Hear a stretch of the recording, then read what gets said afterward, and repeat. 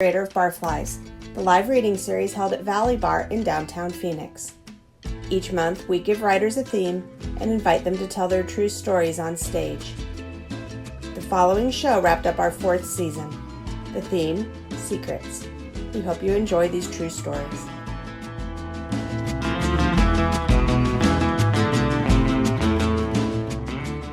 First up, Robbie Sherwood mines childhood memories for best friends.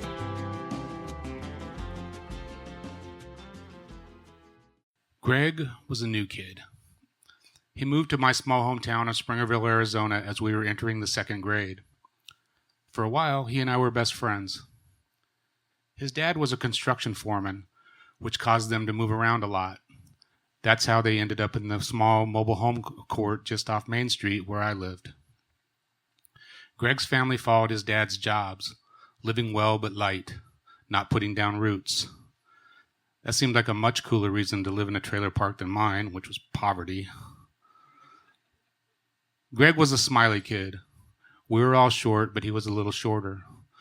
He had an olive tan complexion and straight golden brown hair that hung down neatly to his eyes in one of those bowl cuts that didn't make it out of the 1970s. Sometimes new kids would show up to school and nobody wanted anything to do with them.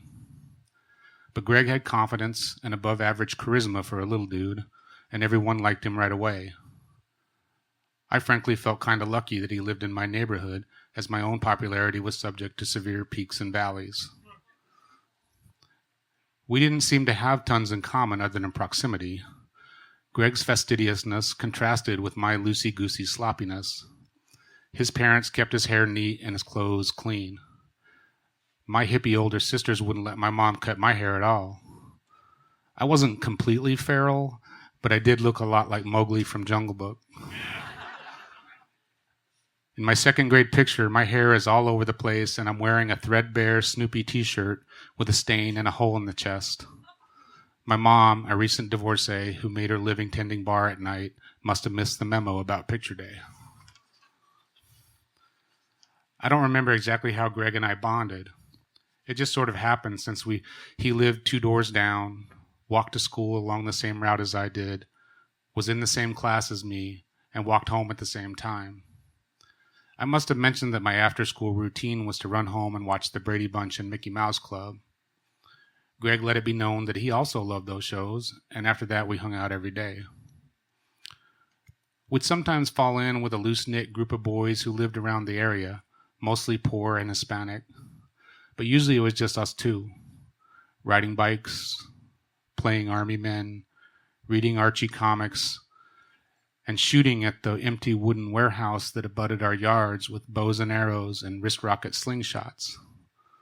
Lucky for us, this was before society concluded that arming 7-year-olds with deadly projectile delivery systems might be a bad idea. Greg liked me, I suppose, because I had a bit of a wild side. I was well loved as a child, but virtually unsupervised much of the time. So when he came over, as he preferred to do, the limits to our adventures were only our imaginations. Greg could live on the edge because no one was going to tell us no. I liked Greg because he was normal. He wore new clothes and rode a new bike. He had 2 parents at home and stories about all the cool, exotic, and mysterious places he had been, like California. On the other hand, it was dawning on me that most everybody else in my life was somehow unusual, even in a town full of oddballs like Springerville. For instance, unlike mine, Greg's dad was not a graying World War II veteran he only saw on weekends who mumbled to himself about, quote, that goddamn fucking corrupt cocksucker Richard Nixon. And when we were at Greg's trailer, he didn't have to weave in and around older sisters taking bong hits on the couch with their long-haired boyfriends who could lapse into scary Vietnam flashbacks at any time.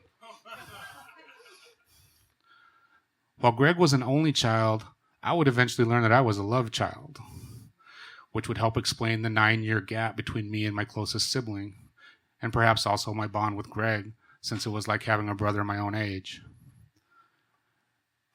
Greg and I were both in Mrs. Pace's class. Mrs. Pace was married to a well-known paleontologist, allegedly, since we had never actually seen the man, who had dug up the bones of a prehistoric mammoth and a giant three-toed sloth in a canyon about 15 miles north of town.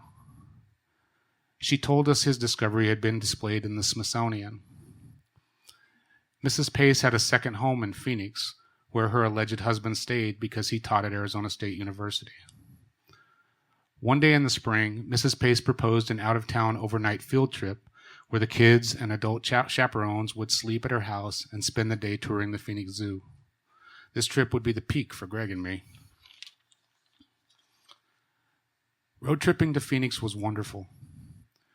Greg and I sat together in the back of a station wagon driven by the mother of a girl named Alrina, who I loved at the time. I don't remember the zoo. I just remember all the strange African artifacts inside Mrs. Pace's house, still no sign of Mr. Pace, by the way, and laughing and cutting up with Greg and Alrina. Little did I know that the whole time Alrina was incubating a raging case of chickenpox. Not long after we returned, Alrina showed spots and was sent home from school. I went for a few days with no symptoms, but then one morning during class, my knee started to itch. I rubbed and scratched the spot throughout the day, but otherwise kept the situation a secret. That night, I looked and could see 8 to 10 red welts just below my right kneecap. The more I scratched, the more they itched.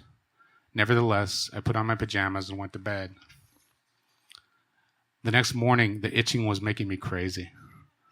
Also, a disgusting drainage had soaked through my pajama leg, turning it from white to yellow.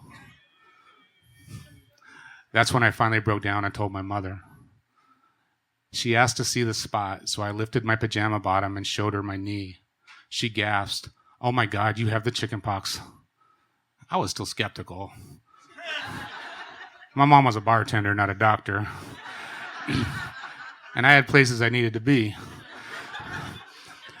But then she raised up my shirt.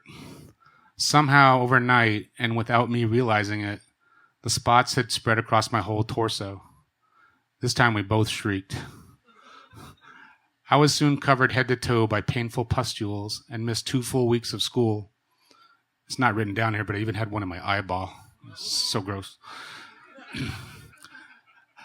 I was so mad I broke up with Alrina, thus depriving her of the realization that we were ever going out. 2 things happened around this time that weakened my friendship with Greg. First, his family moved to a different trailer park about a mile outside of town. Apparently, they got a better deal and jumped on it. And then Greg also got sick.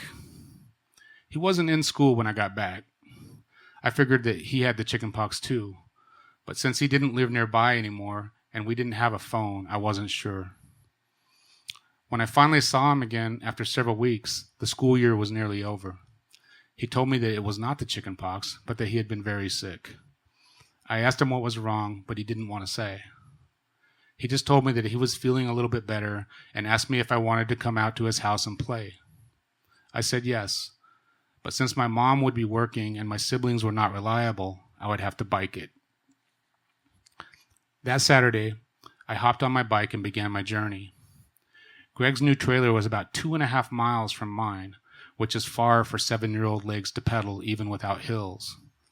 The worst part, though, was the last mile.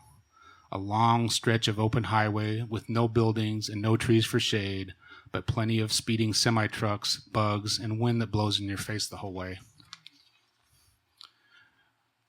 When I got to Greg's trailer, I was exhausted. He seemed just as tired, so we mostly just hung out reading comics and watching TV. That was nice, but things were different between us. It was mostly on my part, in the form of simmering resentment. That bike ride had really kicked my ass, and if I wanted to get home, I was going to have to do it again. At this point, one might wonder why I didn't ask his parents for a ride or call my mom at the bar. I'll tell you why. It was the 70s. Grown-ups didn't really involve themselves in their shit the way they do now. And except on days like this, we all preferred it that way. It was nearly dark when I got home, and I was sore from head to toe. I didn't outright resolve to not make another trip out to Greg's place. I just never went again. Nor did I run into him anywhere around town that summer. When school started in the fall, I looked around for Greg, but not with a lot of enthusiasm. It didn't matter. He wasn't there. I thought maybe he'd moved, but nobody offered any explanation. It was deep into the school year when we heard the news. Greg had died. Childhood leukemia. A kid overheard a pair of teachers talking about it and began spreading the word. Eventually, my teacher addressed the class and told us that a little boy who attended our school the year before had sadly passed away.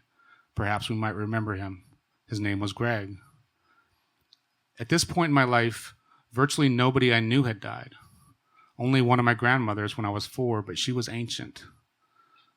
For the entire time that I knew her, a stroke had reduced her vocabulary to just one syllable, K.